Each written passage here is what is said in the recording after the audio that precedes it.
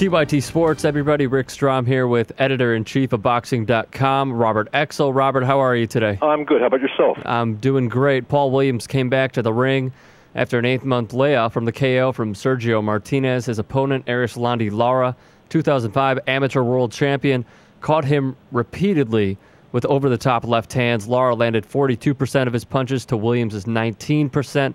Each fighter's face could have given away what the true outcome should have been, but Williams went the distance, received one of the most controversial decisions I have ever seen. What do you make of this?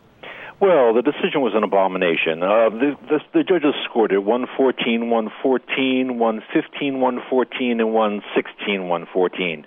And anybody who saw that fight knows that Williams lost that fight.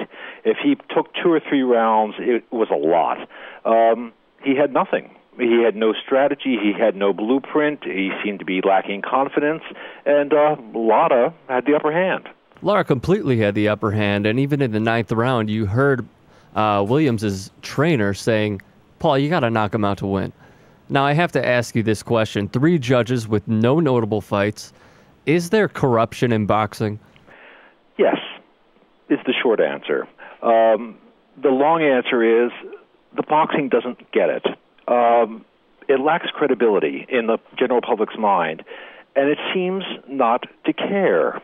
So much of this can be remedied simply by having professionals as judges, people who know what they're doing, but also some sort of oversight. And, of course, there is no oversight. Boxing is what boxing is, and the element in boxing is the element in boxing. And that's gone back for decades and decades and decades, and it is not changing, and nor is it likely to change.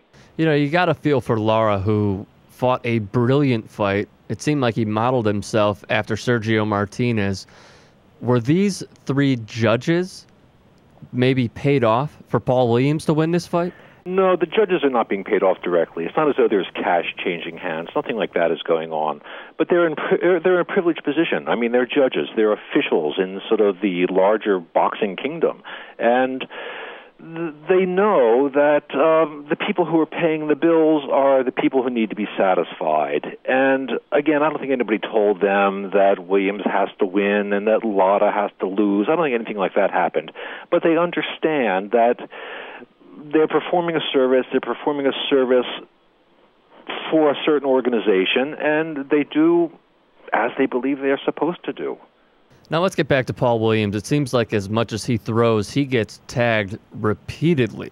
Paul said he was lazy and they're getting caught so much. Is it the trainer's fault for not teaching any sort of defense whatsoever? Absolutely, it's the trainer's fault. Even before the fight, they had an interview with the trainer, and they asked the trainer whether or not they had made any adjustments after the Martinez fight. And he said no. There was no reason to make any adjustments. Paul is a winner. Paul wins. I mean, et cetera, et cetera, et cetera. But the truth of the matter is, he's not a winner. You know, he lost, and he lost badly to Martinez, and frankly, he lost equally as badly to Erislandy Lara. Meanwhile, Lara, again, the unfortunate loser on a night that he was almost perfect in there. What could be next for him, and is he a force to be reckoned with at 154 pounds? Well, he is definitely a force to be reckoned with. And even though he ends up with the loss and Williams ends up with the win, everybody who watched that fight, and basically that's everybody in the industry, knows that Lara won. If anything, people are going to be ducking him because of that performance, because he was so exceptional. But again, I mean, his future is ahead of him, whereas Williams' future is behind him. Now, Lara 28, Williams 29. Williams' camp has said they want Martinez for a trilogy. Lara's camp wants a rematch. Williams clearly looks diminished. Would the best course of action for him to retire? Of course it would be, but nobody retires when they're supposed to retire. There are a few who have, Lennox Lewis, Gene Tunney, but boxers can't retire. It's not just about the thrill of battle, it's about being treated like a rock star, and that's a tough thing to give up.